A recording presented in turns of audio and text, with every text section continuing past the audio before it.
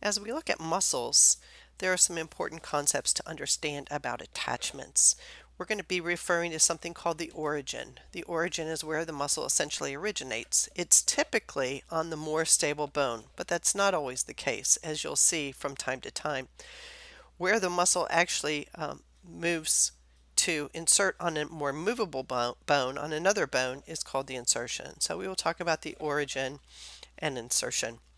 As I mentioned, sometimes it's not the case that the origin is on the more stable bone, and that is called the reversal of muscle action. That is when the insertion actually is on the more stable part, and I will explain that more in class. Muscles are named according to a variety of different things. When we look at the name of the muscle, it can tell us quite a bit about the muscle. A rectus abdominis tells us where the muscle lives. The quadriceps tells us about the shape, having something looking like four sides. There might be something in the name of the muscle that implies what its action is. There is a pronator muscle and a supinator muscle, right? It might tell us about the number of heads, a bicep or tricep for 3 heads.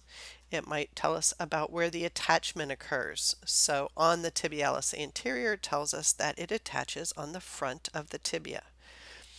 The direction of the fiber might be part of the muscle name, as we see in the obliques of the abdomen. Likewise, we might know something about the size of the muscle by the name. Gluteus maximus tells us that it is going to be larger than the gluteus minimus.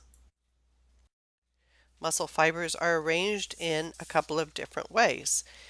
They may be parallel. What we know is that those muscles that are arranged in a parallel arrangement tend to be longer muscles, and those muscles that are longer provide us with a greater range of motion. An example of a parallel muscle is a strap muscle like the sartorius, which is very long and thin, and you'll recall that the sartorius is the longest muscle in the body. Fusiform would be similar to what we see with a bicep, where it starts off more narrow, gets wider in the center, and then tapers off again to more narrow. Something that's rhomboidal is going to be four-sided and flat, like the rhomboids. And something that's triangular, like the pectoralis major, is going to be flat and fan shaped. Here's an example.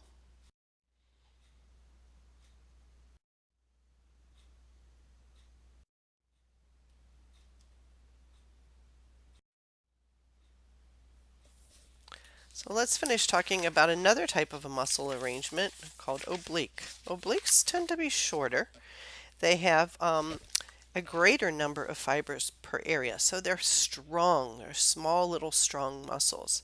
But what we do know is that they lack good amounts of range of motion. So they're stronger, but they don't produce a lot of range of motion. Unipennate is an example of, it looks like a one-sided feather, and the tibialis posterior is an oblique muscle that is unipennate. Bipennate is the interossei of the hand, so it looks like a typical feather where there's a central location with muscle fibers going off in each direction in oblique lines. Multipennate is an example of the deltoids, where there's many tendons with oblique fibers that go off in between, so it's sort of like a multi-pronged feather. Here are some examples. Unipennate, interossei of the hand, the bipennate, and multipennate. Muscles have specific functional characteristics that are important to know and understand. They may be irritable, more irritable. That means they respond to a stimulus more easily. They're more easily stimulated. Contractility is the ability to contract or get shorter in response to a stimulus. Extensibility is the ability to lengthen or stretch a muscle. And we're going to talk in a minute about the resting state of a muscle, the fully contracted state, and the fully elongated or extended state. Elasticity is a term used for a muscle to return to its resting state. Now, with muscles, there are concepts called the length tendon relationship. Now, it's important to understand the word tension. Tension is a force that's built up within a muscle to contract. So, what we know is in order to kick a ball, you're going to pull your knee back into flexion just slightly so that you put a little stretch on your quadricep, and then you're able to sort of wind up and kick the ball with a good amount of tension. Now, if you pull your foot back further, you're going to get an even stronger tension built up, which is going to create the possibility of kicking the ball further. Excursion, as I mentioned, is the ability of a muscle to go from its contracted state to its resting state and then to its stretch state. And the difference between the length at contraction to stretch is a 2-to-1 ratio. So here's what that means, that the muscle can shorten to half of its resting length, and it can lengthen essentially to 3 times its contracted length, and we'll see that on the next slide. Active insufficiency is when a muscle cannot shorten any further. And an example of that is when we stand straight up and down. And there is a good example in your book on page, let's see, what page is that? All right, 50, where you stand straight up and down, use your hamstrings to flex your knee, pull your knee backwards. Don't touch your foot with your hand, but simply use the muscle strength. What you will find out is that the muscle will achieve a place where it cannot shorten any further. It's at its fully shortened, fully contracted state. You can manually help it, as you can see in the picture on figure 515. Letter C shows you where you would manually be able to stretch the quadricep on the front of the knee actually and continue to move in a more tightly flexed position of the knee, but it's because the muscle is actively insufficient at a certain point, it cannot shorten any further. Now, there's another term that refers to the ability of the muscle not to be able to lengthen any further, and that is called passive insufficiency. On page 51 in your book, you can see where somebody's standing erect and bending over with their knees straight. Shows how again the hamstrings, the same muscle, is fully lengthened and cannot be elongated any further. Now, obviously, through some exercise and stretching, you can make that occur and get a little bit more flexibility. But that is what the definition of passive insufficiency is. This next term is called tenodesis. It's not tendonesis, it's tenodesis. This is a term that is used when we learn about spinal cord injury. This is a process of actually encouraging passive insufficiency, encouraging tightness of muscles and tendons, and not stretching those out so that the person can develop the ability to perform grasp. And we will go over that in class. There's an example on page 54, figure 5-20, but we will address that in class. So here is a picture that's going to show you the length-tension relationship. So at a resting state, if a muscle is 6 inches long, we know that it can contract to half of that. So it should be able to contract only to 3 inches and no more. We also know that if we want to fully stretch that muscle, what we do is we multiply that contracted state by 3, and that is the fully stretched state. Now, on to different types of muscle contractions. You will be going over this in your Phys-Dis lecture course as well, and learning about these. You'll have a final project in this course, which is going to require that you not only identify specific muscles and motions that those muscles are creating, but identify the type of muscle contraction that's occurring. Okay, so you're probably familiar with the term isometrics. An isometric muscle contraction is when a contraction occurs in the muscle is contracting, but there's no change in the muscle length. There's no movement that occurs. If you put both hands, palms together in front of your chest, and you press as hard as you can, you'll feel that indeed you are producing a contraction. However, there is not any movement that is occurring.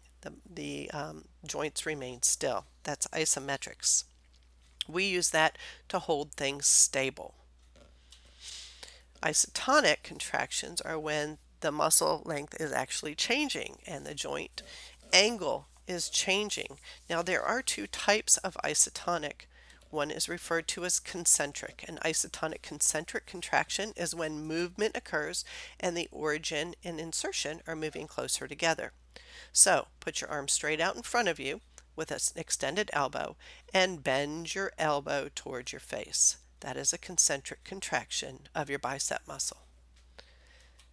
Another isotonic contraction is called eccentric, and that is when movement is occurring, but the origin and the insertion of the muscles are actually moving further apart. So, continuing with where you ended off with your concentric muscle contraction, this time take your hand and very slowly move your arm back into extension with your arm straight out in front of you.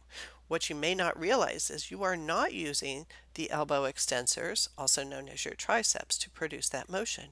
You are using an eccentric isotonic contraction of the bicep muscle to slow the rate of descent. We will talk about that more in class.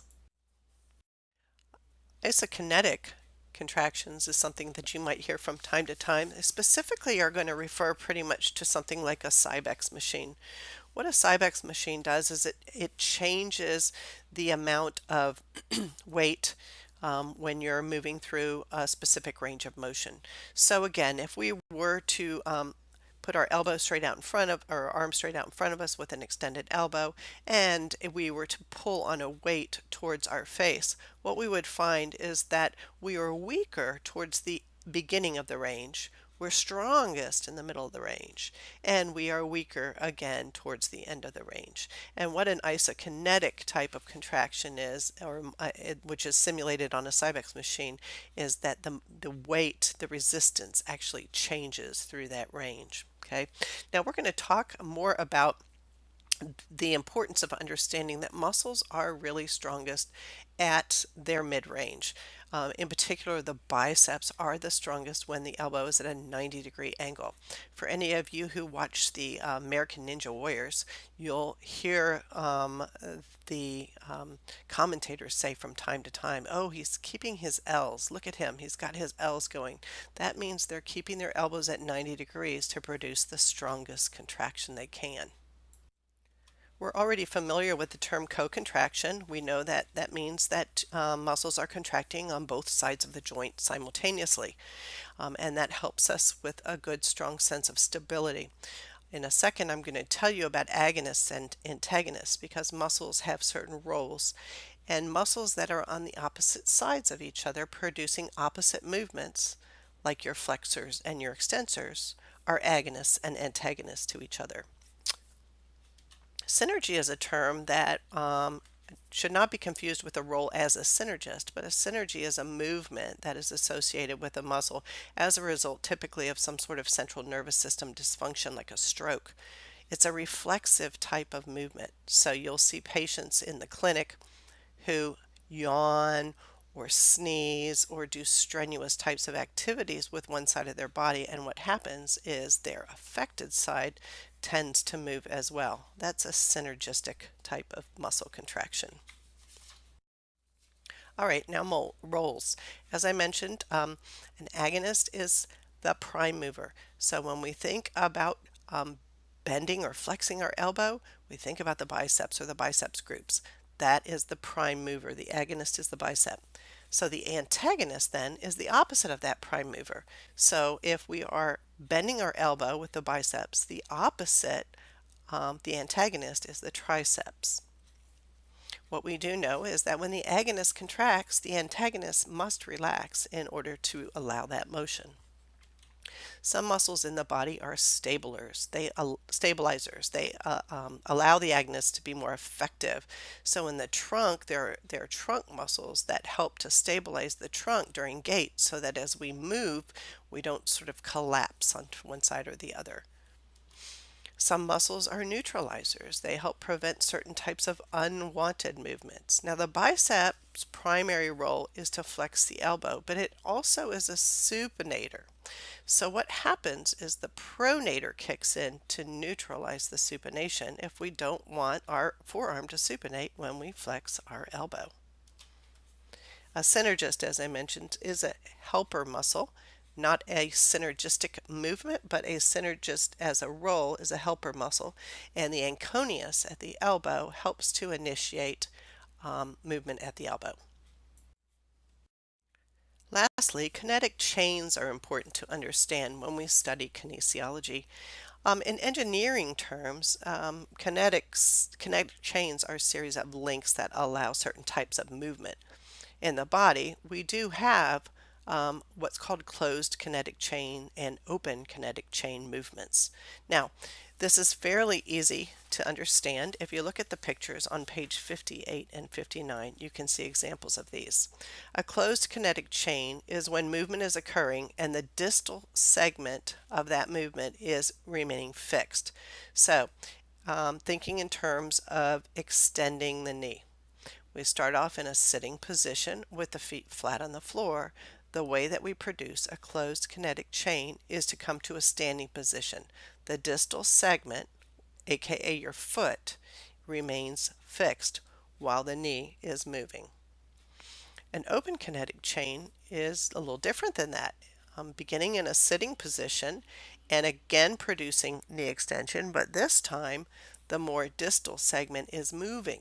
So as we sit and put your leg straight out in front of you, extending your knee is an example of an open kinetic chain.